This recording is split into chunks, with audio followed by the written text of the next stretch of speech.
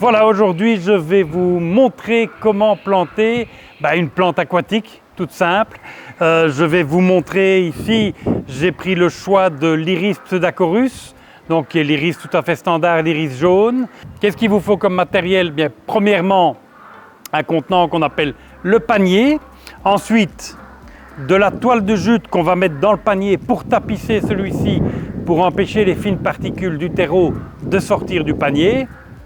Le terreau, du gravier pour la finition supérieure du panier et bien sûr les plantes.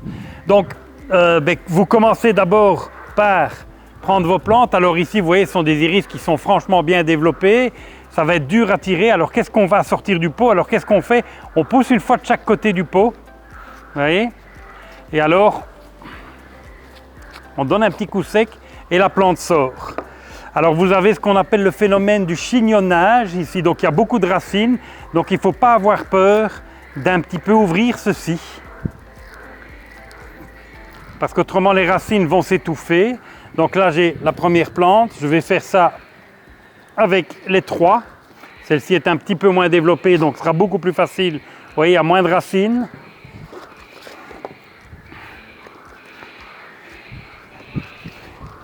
Et il y a du vent en plus aujourd'hui.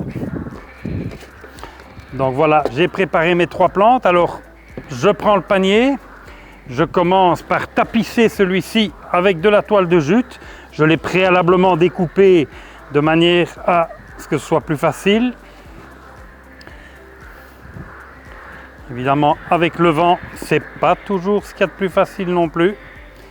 Mais ça va aller. Donc, la toile de jute est en place dans le panier. Alors je vais ouvrir, si le vent veut bien laisser la toile de jute en place. Petite paire de ciseaux, j'ai oublié de le dire, ou un canif ou un cutter, mais vous ne coupez pas. Alors important, plantez vos plantes dans un bon substrat, un beau terreau. Pour plantes aquatiques, pas que de la pierre de lave. Votre plante n'aura pas à manger, la plante a besoin d'un bon substrat.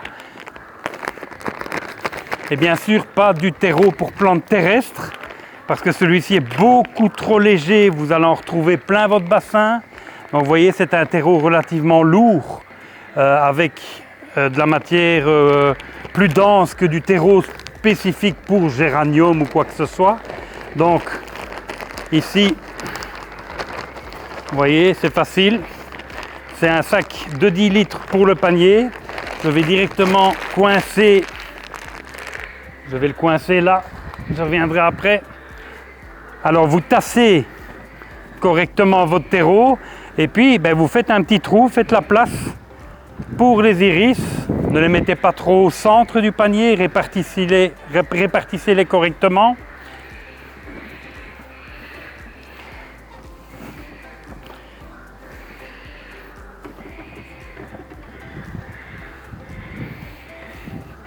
Voilà.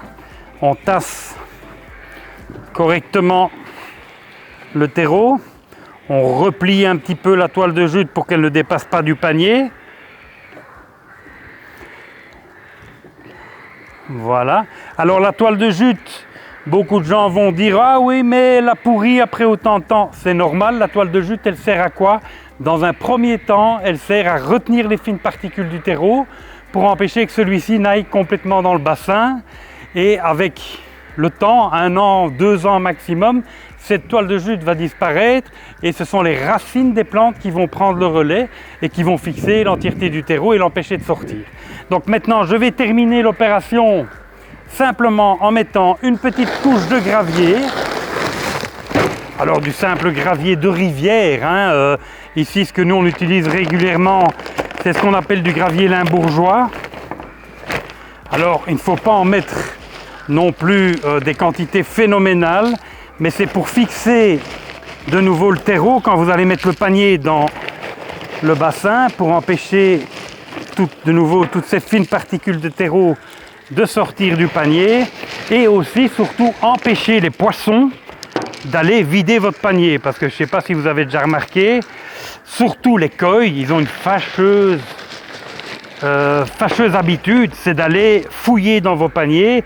Évidemment, si vous ne mettez pas de gravier au-dessus, je pense que je ne vous donne pas 15 jours pour que l'écueil vide complètement votre panier.